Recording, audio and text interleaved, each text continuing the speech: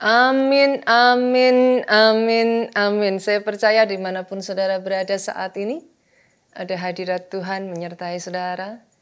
Pada saat saudara mengikuti ibadah ini, di rumah saudara, di kamar saudara, di ruangan saudara. Ingat ini saudaraku, saudara tidak sendirian. Karena Roh Kudus beserta dengan saudara dan hari ini terima sesuatu yang dari Tuhan, Tuhan kerjakan. Saudara tidak menyelesaikan ibadah ini dengan tangan kosong, tapi Tuhan kerjakan sesuatu atas kehidupan saudara. Saudara yang tahu apa yang saya sampaikan itu untuk saudara, katakan aminmu yang paling keras. Saudaraku, hari ini saya akan masuk pada bagian yang pertama dari seri firman Tuhan di bulan Mei ini. Yang saya percaya adalah sesuatu yang sangat dibutuhkan oleh anak-anak Tuhan. Justru di masa yang sekarang ini, saudaraku. Dengar ini baik-baik, saudara. Build your resilience. Bangun ketahanan saudara. Sebagian dari saudara akan katakan kepada saya, Pastor, you just don't know what happened to me. Pastor, saya baru saja mendapat kabar bahwa saya harus di PHK.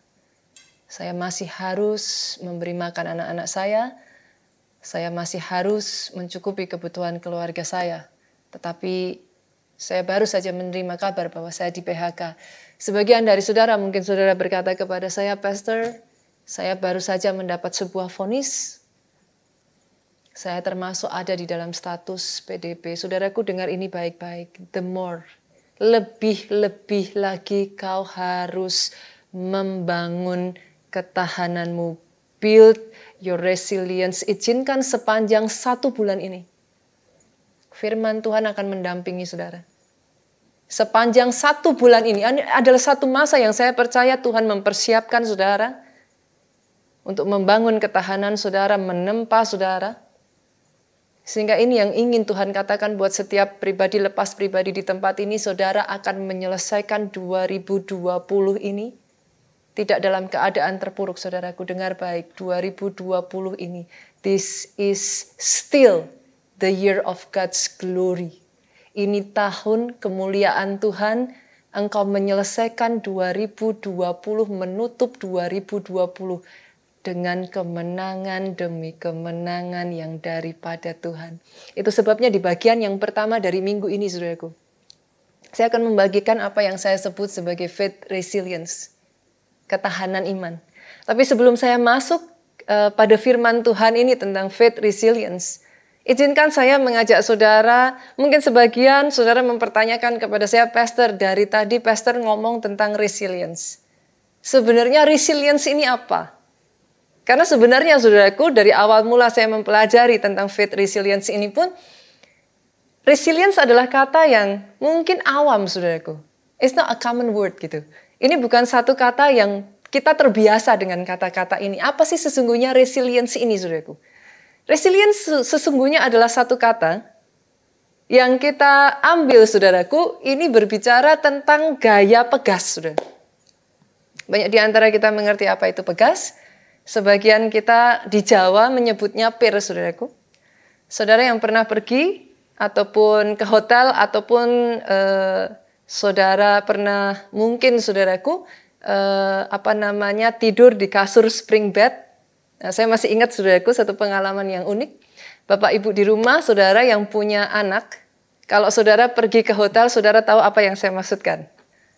Kalau saudara pergi ke satu hotel yang mewah, saudaraku, di mana kasurnya spring bed, saudara, saya yakin saudara-saudara yang punya anak-anak masih kecil, saya tanya kepada saudara, kira-kira saudara, menurut saudara, anak-anak saudara masuk ke kamar hotel, langsung cari kamar mandinya. Anak saudara masuk ke kamar hotel, cari meja kerjanya. Atau anak saudara sama seperti anak saya, nggak peduli kiri dan kanan, saudara.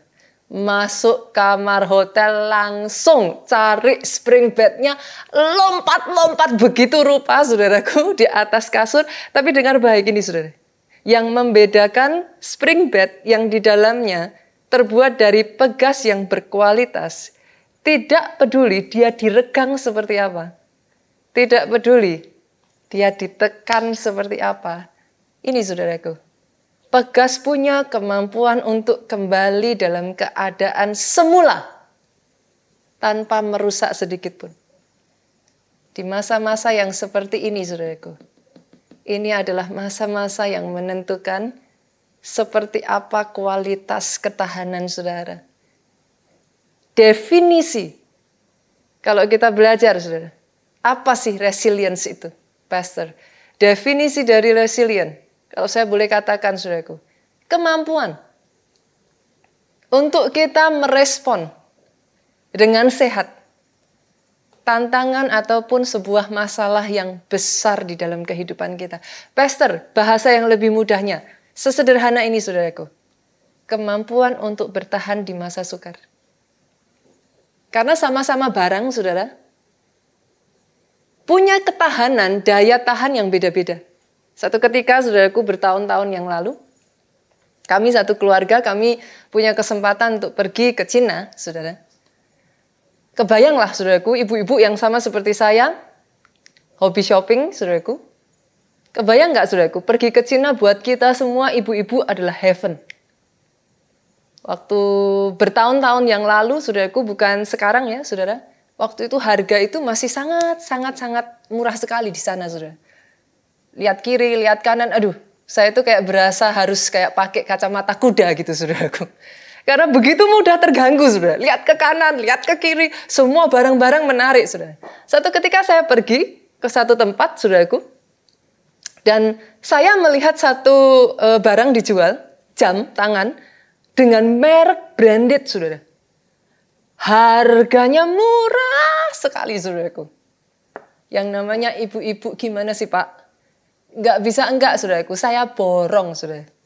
Pada saat dipakai, saudaraku, semuanya kelihatan baik. Dari permukaan, tidak ada perbedaannya. Boleh saya katakan ini, saudaraku, dengar baik-baik. Dari permukaan, tidak ada perbedaannya. Sampai saudara tunggu, kami pulang ke Indonesia, saya pakai jam tangannya. Tidak butuh waktu lama, saudaraku. Bahkan nggak ada 1 minggu, dengan sangat cepat jam tangannya sudah nggak bisa dipakai lagi. Ini yang membedakan antara barang KW dengan barang ori. Dimanapun saudara saat ini sedang mengikuti, saudaraku, ibadah hari ini, biar sedikit terasa seperti di ibadah, saudara. Saudara yang sedang mengikuti bersama dengan suami atau bersama dengan istri, senggol sedikit, saudaraku. Katakan kepada suami atau istri saudara, "Pah, kamu ori atau KW?" Amin, saudaraku. Saudara mengerti apa yang saya maksudkan? Karena sama-sama barangnya, daya tahannya bisa berbeda.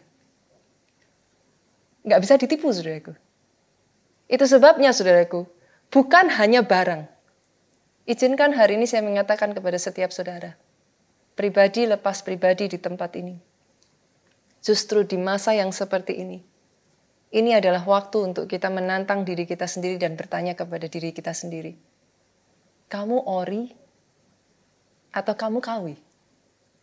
Hari ini saya ingin mengajak saudara untuk belajar dari para leluhur iman kita, saudaraku. Orang-orang yang sudah melalui masa-masa yang jauh lebih sukar dari yang kita lalui saat ini, saudara. Tapi saya harus mengatakan kepada setiap saudara, orang-orang ini berkemenangan di akhirnya. Nama-nama seperti kita akan belajar dari satu rasul ini, saudaraku, Rasul Paulus. Kita buka Alkitab kita di dalam 2 Korintus. 2 Korintus pasalnya yang ke-6. Ayatnya yang ke-4, by the way, saudaraku, ketika saya membaca firman Tuhan, bolehkah saya minta saudara, ketika saudara bersama-sama, saudaraku, jangan hanya nonton online streaming, saudara. Saya kalau di rumah, saudara, selama sekian waktu ini, saya beribadah sendiri, saudaraku. Selalu bagi saya pribadi ada satu waktu saya mengasingkan diri saya, saudara, untuk beribadah. Di kamar saya ada satu kloset kecil, saudara. Biasanya saya akan masuk ke kamar saya akan jadi orang paling gila, saudara. Pada saat Pastor Jonathan, pada saat Pastor Obaja membacakan ayat firman, saya nggak mau cuma nonton. Saya bersama-sama dengan mereka, saya akan baca ayatnya sekeras-keras mungkin, saudaraku. Setiap ayat yang saya tahu itu untuk saya akan aminkan keras-keras. Salah satu hal yang paling saya kangeni, saudara, ketika saya menyampaikan firman Tuhan seperti ini adalah sesungguhnya saya kangen lihat ekspresi saudara. Tapi saat ini saya ada di studio, saya tidak bisa melihat itu semua, tapi yang jelas saya tahu, saudaraku. Pada saat saya mengatakan ini kepada saudara, saya membacakan ayat ini kepada saudara. Saya tahu dimanapun saudara berada, saudara akan baca bersama dengan saya. Sama seperti saya katakan amin, saudara amin yang jauh lebih keras daripada saya, saudaraku. Saya percaya hari ini firman Tuhan berbicara buat setiap dari saudara. 2 Korintus pasalnya yang ke-6, kita akan baca ayatnya yang ke-4, saudara. Apa kata Rasul Paulus? Sebaliknya, dalam segala hal, saudara. Rasul Paulus mengatakan dalam segala hal, Pak, maafkan saya Pak, tapi izinkan saya katakan ini. Apakah PHK masuk di dalamnya? Rasul Paulus berkata dalam segala hal. Bu, maaf. Tapi apakah termasuk uang bulanan yang sudah semakin menipis itu masuk di dalam sini? Dalam segala hal. Di sini Rasul Paulus berkata, saudaraku, apakah itu termasuk ketika saudara harus ada di ruang isolasi, saudaraku? Tanpa ada satu orang pun yang mendampingi saudara. Kalau itu yang sedang saudara alami, dengar baik apa yang dipesankan Rasul Paulus dalam segala hal. Kami menunjukkan bahwa kami adalah pelayan Allah. Dengar, saudara di tempat ini, ternyata ketika saya membaca ayat ini, saya ditemplak Tuhan, saudara. Saya kayak orang ditampar. Ternyata yang namanya pelayan Tuhan, itu tidak ditentukan ketika saudara memakai setelan jas bergengsi, saudaraku. Saudara pakai jas hitam, saudara pakai hem putih, saudara pakai dasi, no. Tapi izinkan saya mengatakan ini kepada saudara. Ketika Rasul Paulus berbicara tentang pelayan Tuhan, dia berbicara tentang satu karakteristik yang ini menampar saya, saudaraku. Dalam segala hal, kami menunjukkan kami adalah pelayan Allah. Yaitu dengan cara bagaimana, saudara? Dengar ini baik-baik, saudaraku. Yaitu dalam menahan dengan penuh kesabaran. Menahan dengan penuh kesabaran. Ternyata, saudaraku, tidak peduli apa posisi saudara. Pelayan Tuhan bukan hanya sekedar jabatan. Engkau adalah orang-orang yang disebut sebagai pelayan Tuhan kalau di dalam semua masa ini. Keadaan yang kau hadapi ini, engkau menahan dengan kesabaran, saudaraku. Menahan dengan kesabaran apa? Penderitaan. Kita masih bersyukur, saudaraku, apa yang Rasul Paulus alami pada saat itu jauh lebih, kita nggak ada apa-apanya. Mereka pada saat itu ada di dalam satu kondisi di mana mereka itu ada di bawah aniaya, saudara. Tapi kalau hari-hari ini, saudaraku, saudara juga mengalami yang namanya penderitaan. Mungkin saudara mengalami kesesakan. Atau ayat ini juga mengatakan kesukaran, saudaraku. Tapi izinkan saya katakan ini. Dengan bangga, Tuhan menyebut engkau pelayan-pelayannya. Pelayan-pelayan Tuhan ketika apa, saudaraku? Dalam semua kesukaran ini, engkau tetap bertahan sampai pada kesudahannya. Saya percaya setiap pribadi lepas pribadi di tempat ini senggol kiri kanannya, saudaraku, dan katakan, aku bukan KW. Aku bukan pelayan Tuhan abal-abal. Aku bukan pelayan Tuhan KW. Kita di sini, saudaraku, justru melalui masa-masa ini diizinkan Tuhan, diberi satu kesempatan. Kita ini pelayan-pelayan Tuhan ori. Kita dimampukan untuk menahan dengan kesabaran. Pendahulu-pendahulu kita, saudara. Saya bangga dengan nama-nama yang ada di dalam Alkitab, saudaraku. Kalau saudara mau melihat di dalam kehidupan Abraham, sejujurnya, saudara, sampai titik terakhir Abraham menutup kehidupannya, saudaraku. Janji Tuhan dalam kehidupan Abraham belum digenapi. Tapi apakah itu membuat Abraham menyerah? No. Pastor, bukankah Abraham sudah dikaruniai Ishak? Yes. Tapi masih ingatkah saudara bahwa janji Tuhan dalam kehidupan Abraham sesungguhnya? Keturunanmu banyaknya seperti bintang di langit, pasir di lautan. Sampai titik Abraham menutup matanya. Dia belum bisa melihat janji itu. Tapi dengar ini saudaraku. Alkitab mencatat.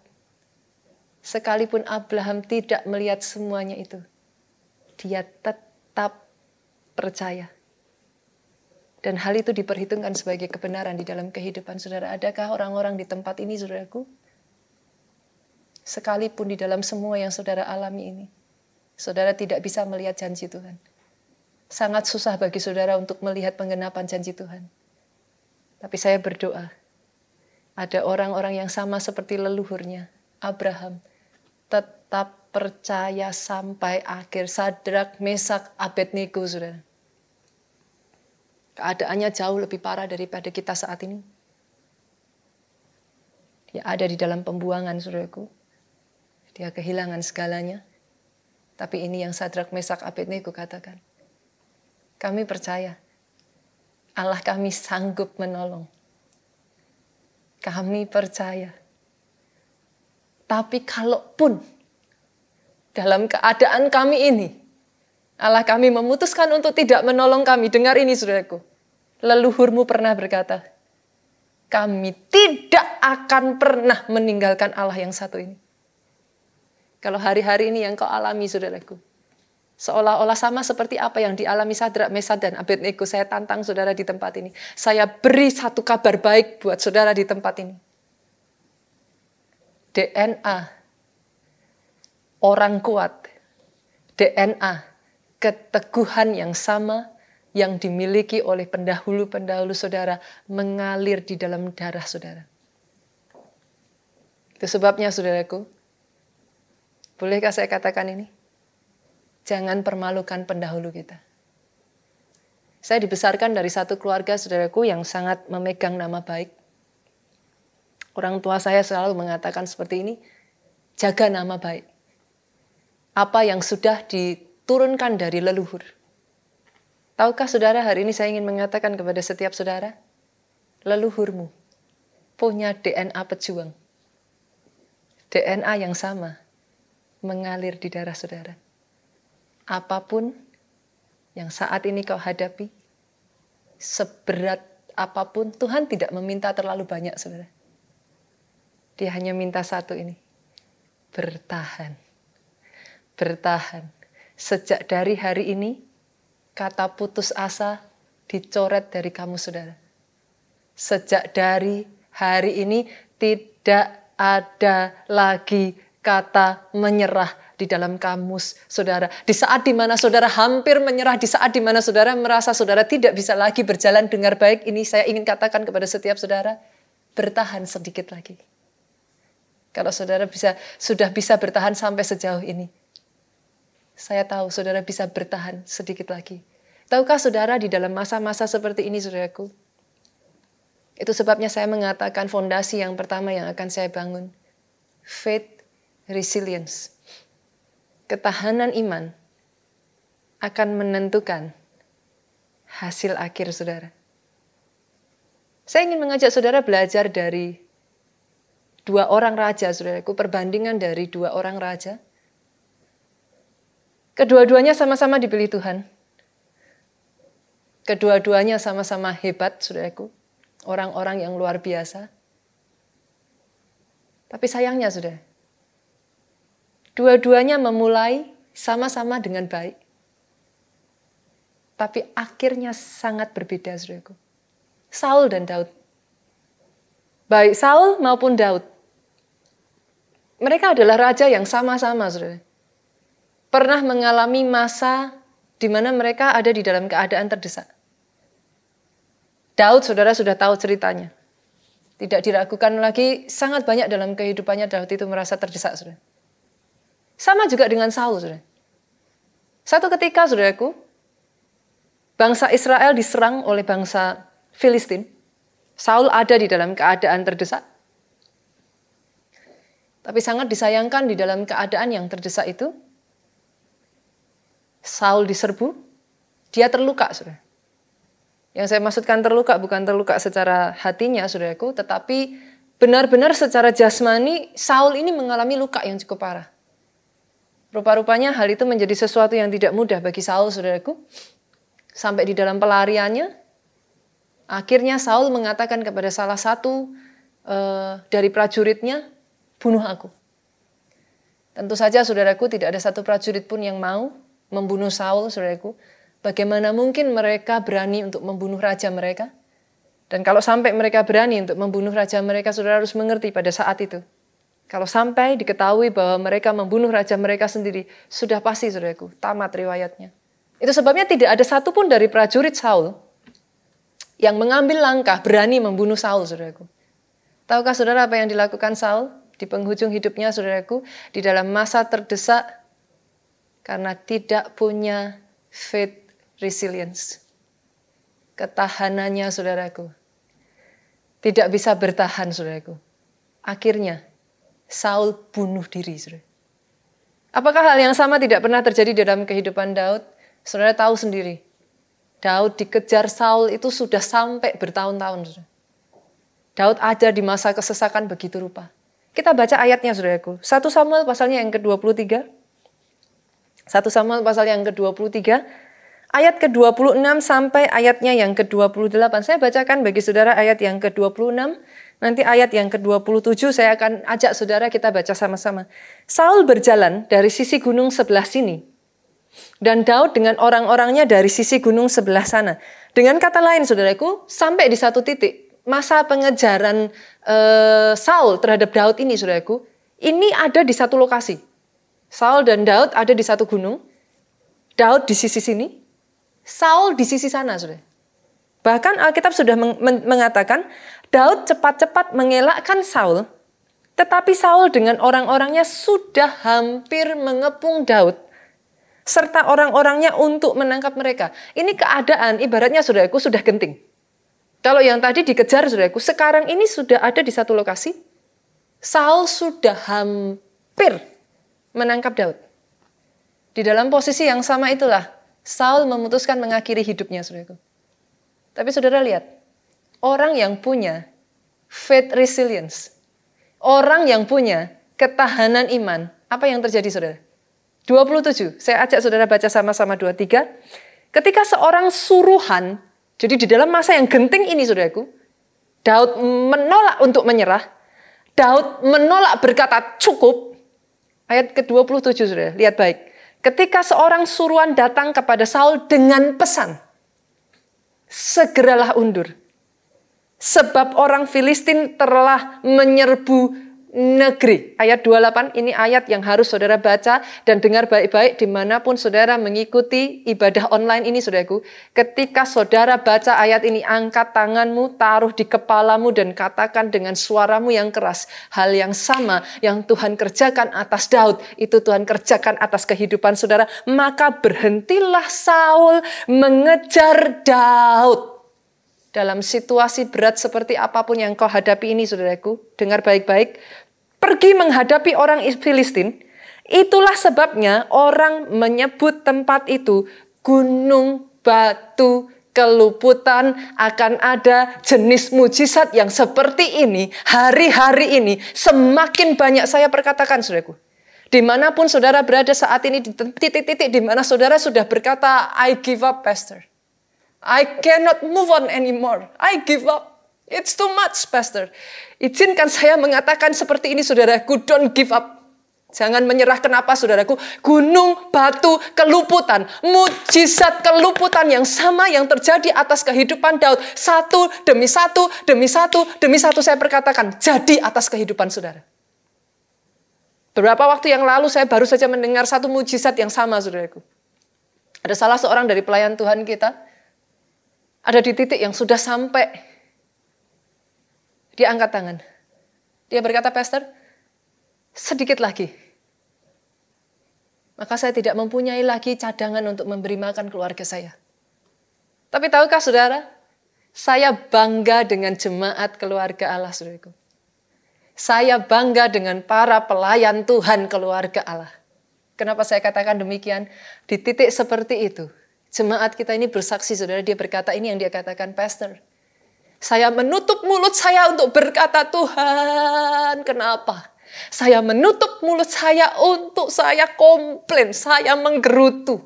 Saudara tahu apa yang dilakukan oleh jemaat kita ini, saudaraku? Alih-alih dia menggerutu, alih-alih dia menyerah, saudaraku. Dia memutuskan untuk rajin mengikuti Pondok Daud online, saudara. Kadangkala, saudaraku, ada saat-saat di mana saudara mau berdoa aja udah nggak bisa, saudara. Mau ngomong apa? Jemaat ini katakan kepada saya, Pastor, kalau saya yang nggak makan nggak apa-apa. Tapi saya punya anak yang masih balita, saudara. Saya bisa merasakan apa yang dia rasakan. Kenapa? Karena saya sendiri masih memiliki anak seusia Jin, 4 tahun. Dia katakan, saya nggak makan, it's okay. Tapi bagaimana dengan anak saya? Tapi tahukah saudara, di titik di mana dia sudah hampir menyerah, dia angkat tangan kepada Tuhan. Dia, Tuhan, mengerjakan gunung batu keluputan ini, mengerjakan mujizat yang meluputkan jemaat kita. Tiba-tiba, saudaraku, out of nowhere, ada seseorang menelpon jemaat kita ini. Dia berkata, saya mau pesan, dibayar langsung, saudaraku, di muka pesanannya 50 juta keuntungan langsung masuk hari itu juga. Dia hanya bisa tersungkur, dia hanya bisa menangis, dan dia berkata, Tuhanku hidup, Pastor. Apa yang Tuhan kerjakan atas jemaat ini, saudaraku? Hari ini saya berkatakan, mujizat keluputan yang sama Tuhan kerjakan atas pribadi, lepas pribadi di tempat ini. Itu sebabnya hari ini saya ingin mengatakan kepada saudara, bangun ketahanan iman saudara. Ini saatnya tidak bisa tidak. I know it's not easy, but you must build it. Saudara harus bangun ketahanan imanmu. Kenapa, saudaraku? Yesus sendiri mengatakan, saudara, pada saat dia menyembuhkan banyak orang, Yesus tidak mengatakan, karena aku tumpang tangan, engkau sembuh. No, dalam banyak ayat saudara-saudara temukan, Yesus selalu mengatakan ini, imanmu. Karena imanmu. Bukan karena hanya sekedar penumpangan tangan dari Yesus. Tapi berkali-kali Yesus mengingatkan kepada setiap saudara dan saya, karena imanmu. Imanmu yang menyelamatkan engkau. Dalam masa-masa seperti ini, saudaraku, izinkan saya mengatakan ini kepada saudara. We are in the race. Saudara dan saya, kita ini ada di dalam satu pertandingan. Seorang pendahulu kita, saudaraku, pernah berkata, di dalam pertandingan itu, kita buka ayatnya, saudaraku.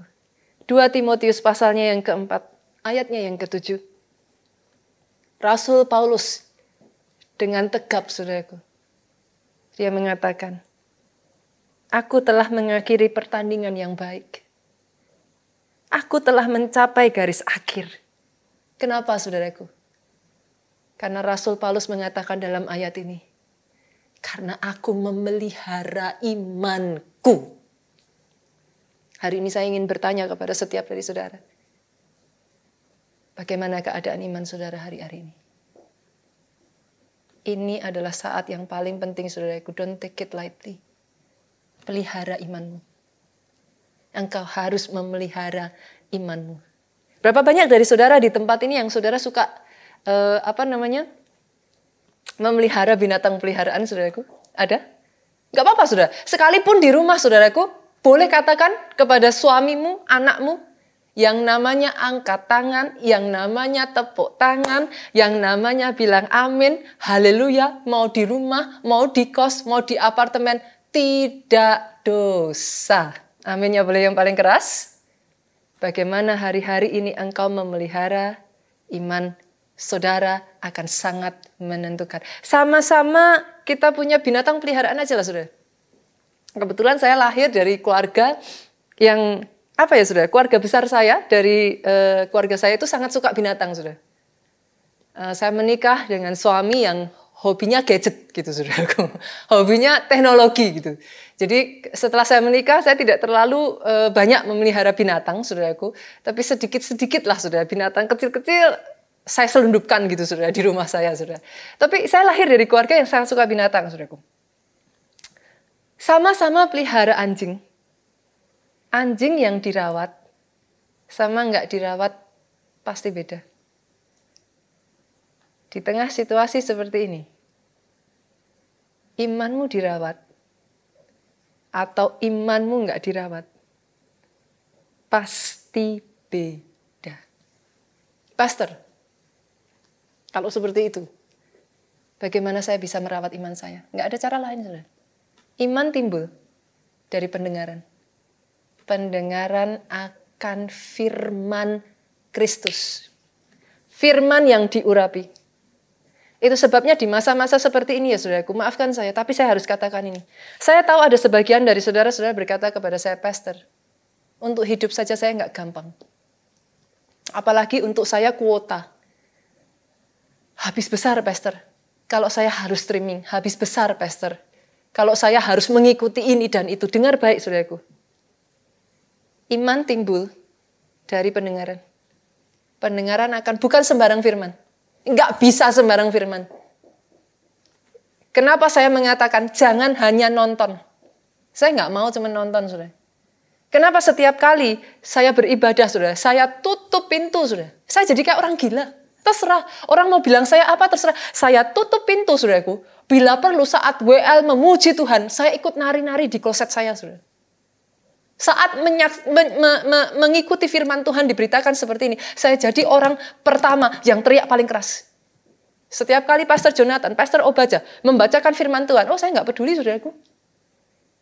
Mau orang kira saya gila atau apa, saya baca keras-keras. Kenapa saudaraku? Iman timbul dari pendengaran, bukan hanya sekedar pendengaran nonton streaming online. No, pendengaran firman yang diurapi.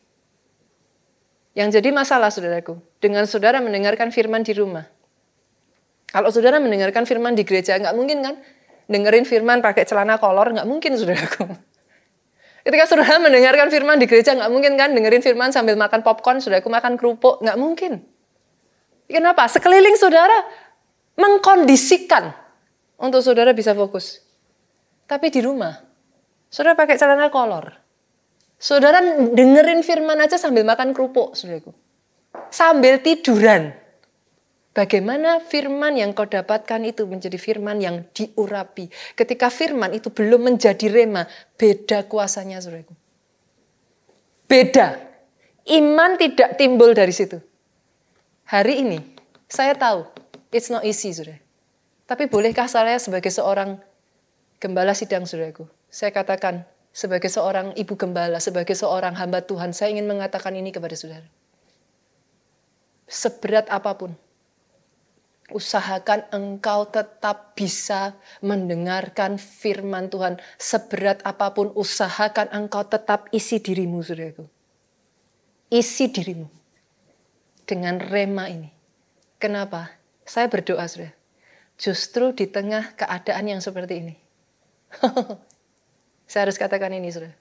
Tahukah saudara, berpuluh-puluh tahun yang lalu, orang-orang sekelas Smith Wigglesworth, orang-orang sekelas Dowie, saudara, yang sekarang ini kita menyebut mereka jenderal-jenderal iman ini, saudara. Mereka dilahirkan di tengah sebuah wabah. Mereka adalah orang-orang yang lahir ketika mereka menangis, saudaraku. Mereka harus menguburkan banyak mayat dari jemaat mereka. Pada saat itu Dowie menangis, saudaraku. Dia berseru kepada Tuhan, di mana Tuhan yang aku sembah? Karena dengan tangannya, saudaraku, dia harus melepas jemaatnya satu demi satu, saudara. Di tengah pandemi yang seperti itu, puluhan tahun yang lalu, lahir jenderal-jenderal iman yang dahsyat. Saya berdoa dari keluarga Allah. Di tengah masa-masa seperti ini, di kloset rumahmu, di tempat-tempat kecil yang tidak terlihat, saya berdoa akan bangkit raksasa iman. Orang-orang yang justru merawat imannya. Di tengah masa sukar mereka tidak menyerah. Di tengah masa sukar, sama seperti Rasul Paulus, mereka berkata, Pastor, kami akan bertahan.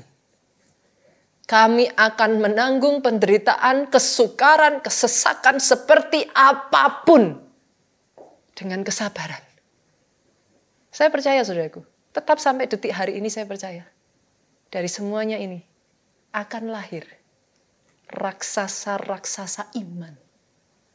Justru dibutuhkan keadaan yang seperti ini, saudaraku. Keadaan yang ekstrim. Untuk berkat yang ekstrim. Anugerah yang ekstrim. Anointing yang ekstrim. Itu Tuhan kerjakan. Saya akan tutup dengan satu kisah tentang pendahulu kita, saudara. Seorang yang mendapat janji. Seorang yang boleh saya katakan bahwa hidupnya itu penuh dengan impian. Masa kecilnya, saya bisa membayangkan, saudaraku. Masa kecil yang sangat indah. Mendapat kasih sayang dari baik mama, ibu maupun dari ayahnya, saudaraku. Yusuf, saudara. Tapi tahukah saudara, ada satu waktu di dalam kehidupan Yusuf. Dia menerima satu janji. Saya tidak tahu janji apa yang Tuhan berikan di dalam hidup saudara. Yusuf menerima satu janji yang bahkan sampai diolok-olok oleh saudaranya, saudaraku. Ditegur oleh orang tuanya. Kenapa? Karena dia mendapat satu mimpi di mana matahari, bulan, bintang sujud menyembah dia. Janji yang tidak masuk akal, janji yang terlihat mustahil. Apakah itu juga yang orang-orang katakan kepada saudara saat ini? Nggak mungkin. Gerejamu ngawur. Apa tahun kemuliaan Tuhan? Nggak ada tahun kemuliaan Tuhan. Bukankah Yesaya 60 sudah berkata, saudaraku? Kegelapan menutup bumi. Kekelaman menutupi bangsa-bangsa. Tapi dengar, saudaraku. Di tengah kegelapan dan kekelaman, saya tahu ada raksasa-raksasa iman ini. Yang nggak salah fokus. Mereka berhasil melihat melampaui semua masalah. Mereka orang-orang yang punya ketahanan yang kuat dalam kehidupannya. Imannya tidak goyah. Sama seperti Yusuf, saudara. Janjinya besar. Tapi ternyata, saudara, lockdown itu bukan hanya terjadi zaman sekarang. Yusuf juga mengalami lockdown. Dia justru dibuang di sumur. Sepanjang malam, saudaraku, saudara bisa bayangkan di usia seperti Yusuf yang masih sangat muda. Dia dibuang di sebuah sumur tua, saudaraku. Tidak ada seorang pun bersama dengan dia. Bukan hanya itu saja. Lockdown yang kita alami nggak ada apa-apanya dibanding lockdownnya Yusuf, saudara. Kenapa saya katakan demikian? Lockdownnya Yusuf bukan hanya sekedar saudara tidak boleh kemana-mana.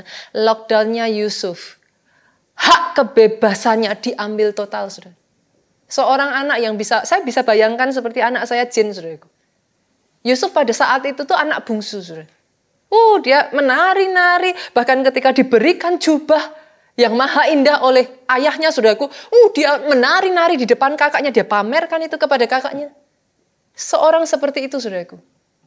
Direnggut kebebasannya, dijual oleh kakak-kakaknya sendiri sebagai seorang budak. Saudara bisa bayangkan.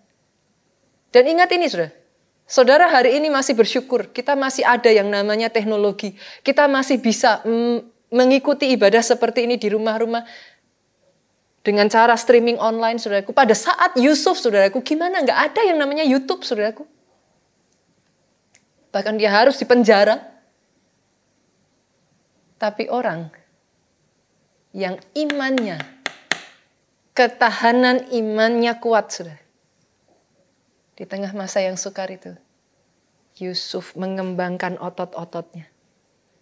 Satu demi satu otot-ototnya berkembang. Hari ini saudaraku lihat, melalui masa-masa ini, akan muncul Yusuf-Yusuf yang di tengah kesukaran ini, Tuhan angkat. Yang tadinya narapidana, yang tadinya budak, yang tadinya orang yang dibuang. Tuhan angkat menjadi penguasa Mesir. Saya akan tutup ini, saudaraku. Dimanapun saudara berada, saya akan ajak saudara masuk di dalam hadirat Tuhan. Ini adalah satu waktu, saudaraku. Tangkap firman ini. Biar firman ini berbicara di dalam kehidupan saudara. Jangan hanya sekedar mendengarkan firman ini. Tapi ingat apa yang Yesus katakan. Imanmu menyelamatkan engkau. 1 Yohanes 5 ayat yang keempat, saudaraku. Minggu lalu kita baca. Saya bersyukur, saudara, di tengah keadaan yang seperti ini.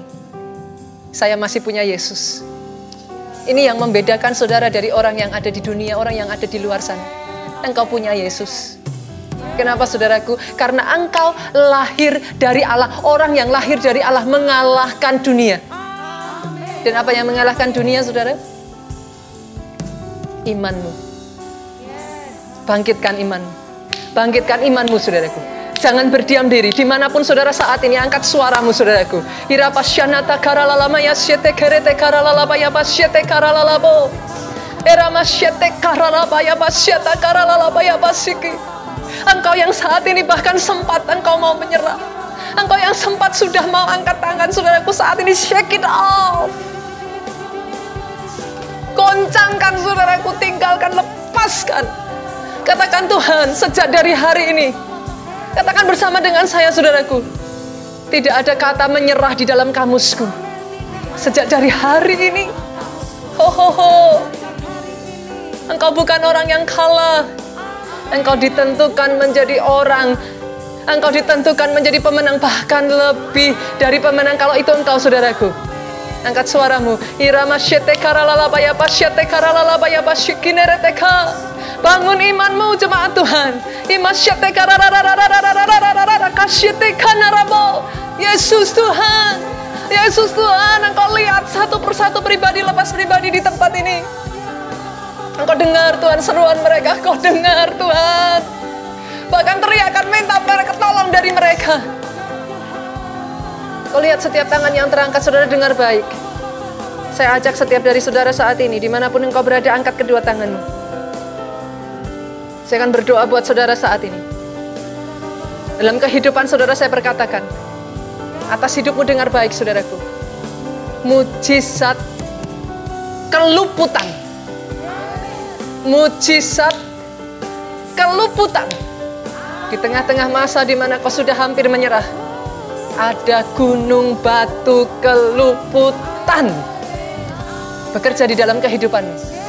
Ya, sekarang, saudara. Di dalam keluargamu, di dalam bisnismu, di dalam setiap aspek di dalam kehidupanmu, ada gunung batu keluputan. Dia ikut campur, dia tidak meninggalkan engkau seorang diri. Hamba berdoa, Tuhan, dimanapun anak-anakmu ini berada, Tuhan. Kasih-Mu menyertai mereka. Kuasa-Mu menyertai mereka sepanjang bulan Mei ini. Firman-Mu. Engkau tidak seorang diri, saudaraku. Engkau tidak sendirian. Firman ini akan berbicara, mendampingi engkau, bersama dengan engkau, memastikan engkau menyelesaikan 2020 ini berkemenangan. Di dalam satu namamu, Yesus Tuhan, yang kami sembah, kita bersama katakan, amin.